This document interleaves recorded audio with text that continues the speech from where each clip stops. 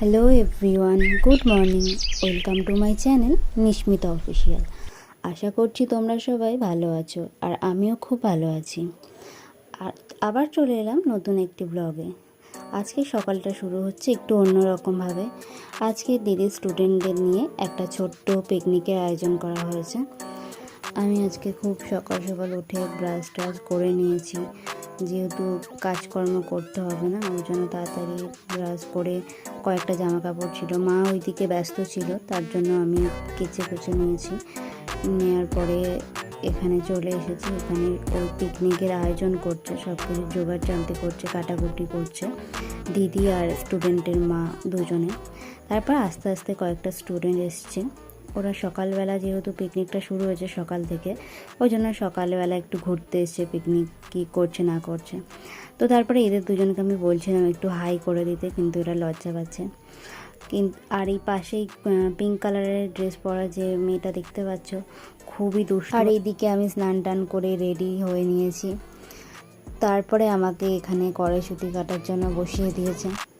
এদিকে চিকেনটা ধুয়ে টুয়ে রেখে দিয়েছি, এখানে মশলাও করা হয়ে গেছে, সমস্ত কিছু রেডি হয়ে গেছে। তারপর দিদি আমাকে বলল একটু মশলাটা করে দিতে, তাই আমি ঘরে চলে এসেছি মশলাটা করে দেওয়ার জন্য। যেহেতু বড় বলতে আমরা তিনজনই ছিলাম, কে আর করবে, তাই আমিও ঘরে চলে আসলাম মশলাটা করার জন্য। তারপর দিদি বলল খুব খিদে পেয়েছে, একটু ছাতু গুলে দে, সেটাই করে দিলাম। আর এইদিকে দিদি ফ্রাইড রাইসের জন্য সব সবজিগুলো ভেজে নিচ্ছে। এদিকে ভাজা হয়ে গেছে সবজিগুলো, আর দিদি এখানে রোদের মধ্যে উনুনে রান্নাই করছে। তারপরে দিদি স্টুডেন্টের মা চিকেনটাকে ম্যারিনেট করছে, আর আমি পাশ থেকে মশলাগুলো দিয়ে দিচ্ছি।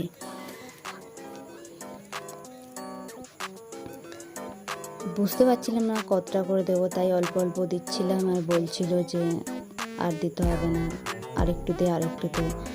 আমিও বুঝতে পারছিলাম না যে কতটা মশলা দেবো। তো তারপর চিকেনটাকে ভালো করে ম্যারিনেট করে রেখে দিয়েছে অনেকক্ষণ। দেওয়ার পরে চিকেনটাও বসিয়ে দিয়েছে, এবার বসিয়ে দিয়ে কষাচ্ছে। কষানো হয়ে গেছে, এবার মাংসের তরকারিটাও হয়ে গেছে। হওয়ার পরে মশলাটা দিয়ে দিল, গরম মশলা দিয়ে দিল, দিয়ে এবার নামিয়ে নেবে। তো চিকেনটা নামিয়ে নেওয়া হলো। তারপরে ফ্রাইড রাইসের জন্য জলটা গরম করতে বসিয়েছিল, জল গরমও হয়ে গেছে, অনেকক্ষণ ধরে দিয়েছিল না, ওই জন্য জল গরম হয়ে গেছে তাড়াতাড়ি। তো তারপরে চালগুলোকেও দিয়ে দিচ্ছে আস্তে আস্তে হাঁড়ির মধ্যে। তারপর রান্না প্রায় কমপ্লিট হয়ে গেছে। এখানে স্টুডেন্টগুলোও চলে এসছে, খেতেও বসে গেছে, তো সবাইকে দিয়ে দেবে এবারে। আর এখানে কলা পাতাতেই খাওয়ানো হচ্ছে, যেহেতু এটা পিকনিক, তাই কলা পাতাতেই দেওয়া হচ্ছে।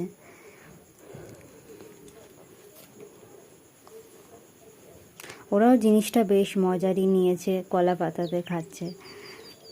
তো চলো ওরা খাক, তারপর আসছি।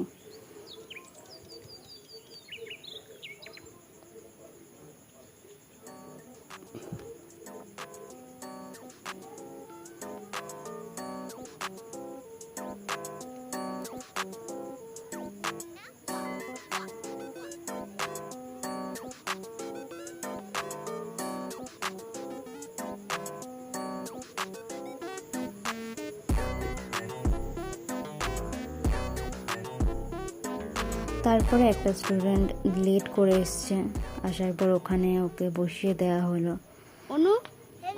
তারপর সবাইকে জিজ্ঞাসা করছিলাম কেমন হয়েছে, ওরা বলছিল কেমন কি হয়েছে না হয়েছে।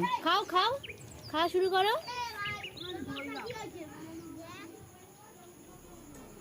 ভিডিওটা ভালো লাগলে চ্যানেলটা সাবস্ক্রাইব করে আমার পাশে থাকবেন, আর কমেন্ট বক্সে কমেন্ট করে জানান পিকনিক করতে কার কার ভালো লাগে। টাটা।